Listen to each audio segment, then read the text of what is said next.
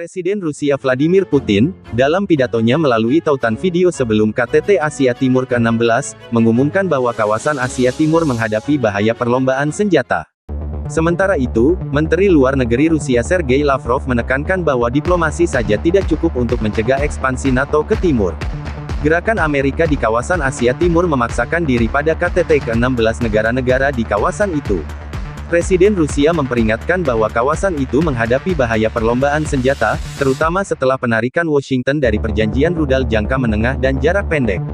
Mengingat bahwa Rusia saat ini tidak akan mengerahkan rudal dari kategori ini, bola ada di pengadilan Amerika.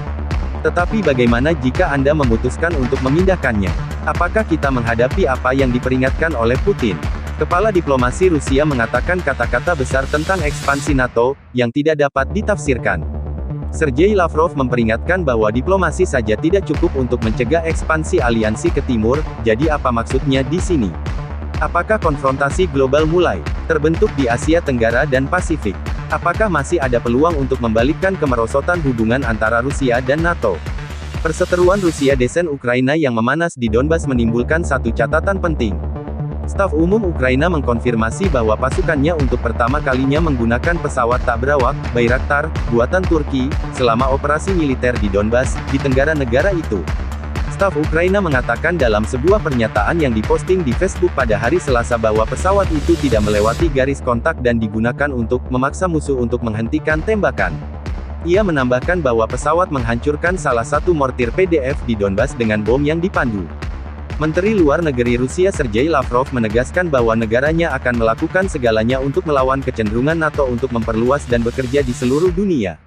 Secara rinci, Lavrov mengatakan selama konferensi pers bahwa NATO memainkan permainan berbahaya dengan menyatakan keinginannya untuk memperluas misinya ke seluruh dunia, menekankan bahwa Rusia akan melakukan segalanya untuk melawan tren tersebut. Kepala diplomasi Rusia mengatakan dalam hal ini, ada bukti bahwa para perencana NATO sekarang tertarik di timur, mereka sudah berbicara melalui Sekretaris Jenderal NATO Jens Stoltenberg bahwa misi NATO harus diperluas ke kawasan Indo-Pasifik. Jika Anda mendengarkan mereka, misi mereka harus meluas ke seluruh dunia.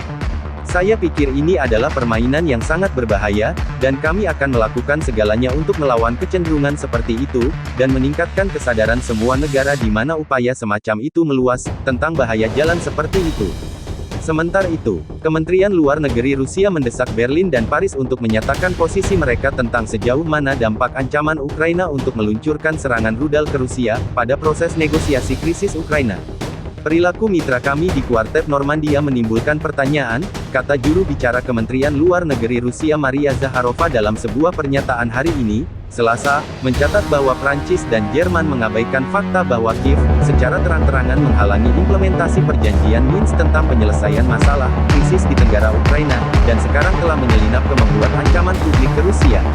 Kami mendesak pihak berwenang Jerman dan Prancis, yang menyerukan pertemuan baru dalam format Kuartet Normandia, untuk menilai dampak ancaman langsung politisi Ukraina ke Rusia pada peluang kemajuan dalam negosiasi, dan kami juga meminta warga Ukraina untuk memikirkan konsekuensi dari pernyataan agresif para politisi di Kiev.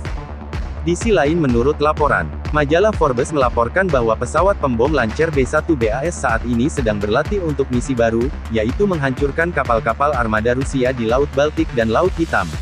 2 B-1 dapat menembakkan 48 rudal anti kapal jarak jauh LRASM ke armada Baltik Rusia.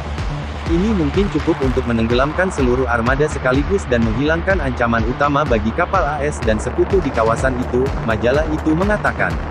Selain itu, majalah tersebut percaya bahwa pembom jarak jauh ini akan dapat menembaki kapal Rusia di mana saja di Laut Hitam dari wilayah udara NATO.